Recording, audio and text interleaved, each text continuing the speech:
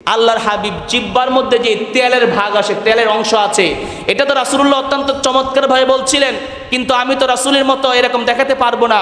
কিন্তু আইন আলিফ হামজা অর্থ হলো আ আ আ আ আল্লাহর হাবিব দাঁতে মেসওয়াক করতেন এবং জিহ্বার এই তেলকে, এই চর্বিকে, জমে থাকা এই নাপাকিকে দূর করার জন্য আল্লাহর হাবিব আ আ করে এই পেট থেকে, গলা থেকে তিনি সব কফ বের করতেন। সুবহানাল্লাহ বলেন।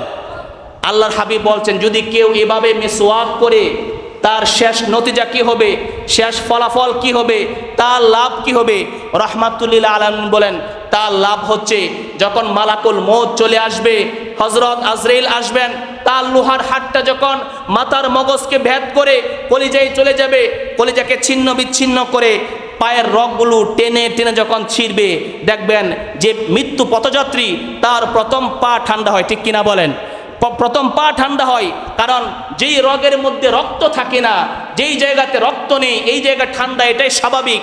পায়ের রগগুলোকে টেনে টেনে উপরে তুলে যখন তার জানটা বের করবে, হাদিসের মধ্যে আসছে রাসূল করিম সাল্লাল্লাহু আলাইহি ওয়াসাল্লাম বলছেন, মিসওয়াক যার আমল হবে, ছোট্ট একটা সুন্নত, মান তামাসসাকা বিসুন্নতি ইনদা ফাসাদি উম্মতি, আমার উম্মত যখন আমার ছুটে যাওয়া, আমার রেখে যাওয়া যে একটা সুন্নত, যেই সুন্নত মানুষ এখন মানে না, এই সুন্নতকে তার জীবদ্দশায় বাস্তবায়ন করবে।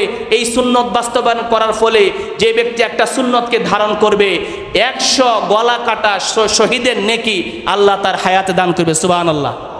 এবং যখন নাকি মালাকুল মউত টান দিবে তার রূহ নিয়ে যাওয়ার জন্য, যাকারা ইয়াজকুরু, অত স্মরণ হয়ে যাওয়া, মনে পড়ে যাওয়া, মিসওয়াকের বদৌলতে তার মনে পড়ে যাবে যে আমি মুসলমান, আমি এখন আল্লাহর সান্নিধ্যে যাচ্ছি, আমার হায়াত ফুরিয়ে গেছে, আমি এখন ইন্তিকাল করব। তখন ওই ব্যক্তি মিসওয়াকের ফজিলতে, মিসওয়াকের বদৌলতে জবানে চলে আসবে, জুড়ে বলেন লা ইলাহা ইল্লাল্লাহ মুহাম্মাদুর রাসূলুল্লাহ। এই কালিমা পড়ে সে পরজাগতে সে পাড়ি দিবে, সে এরকম আখিরাতে পাড়ি দিবে। সুতরাং মিসওয়াক করা আমাদের দরকার আছে কি নাই বলেন?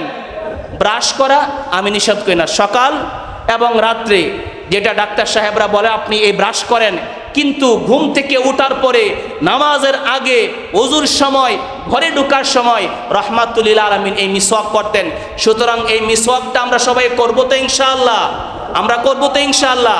আমি স্বাভাবিকভাবে এটার চাইতেও নিমের যে ডাল, নিমের যে কাঁচা ডাল, এটা দিয়ে অনেক উপকার পাই মিসওয়াক করতে। আপনাদেরকেও আমি সাজেস্ট করি, আপনারাও এরকম দেশি যে নিম গাছ আছে, এটা হালকা আপনার এরকম তিতা লাগবে, তিতা লাগলেও আপনার পাকস্থলীর জন্য, দাঁতের জন্য বড় উপকার। সুবহানাল্লাহ বলেন।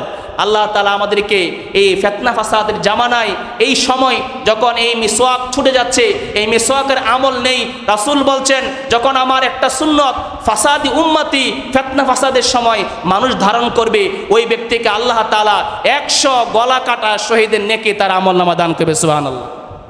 আমরা তো শহীদ কি হইব, রক্ত কি ঝরাইব, জীবন কি দিব, দ্বীনের জন্য আমরা ঘাম দিতে রাজি না। ঠিক কিনা বলেন? কিন্তু একটা সুন্নত যদি আমার জীবনে আসে, একটা সুন্নত রাসূলুল্লাহ রেখে যাওয়া যদি আমি আমল করি, আল্লাহ রাসূল বলছেন 100 গলা কাটা শহীদের নেকি। সুবহানাল্লাহ। আল্লাহ আমাদেরকে সুন্নাহ মুওয়াফিক চলার তৌফিক দান করুক। আমিন। ওয়া আখিরু দাওয়ানা আনিল হামদুলিল্লাহি রাব্বিল আলামিন।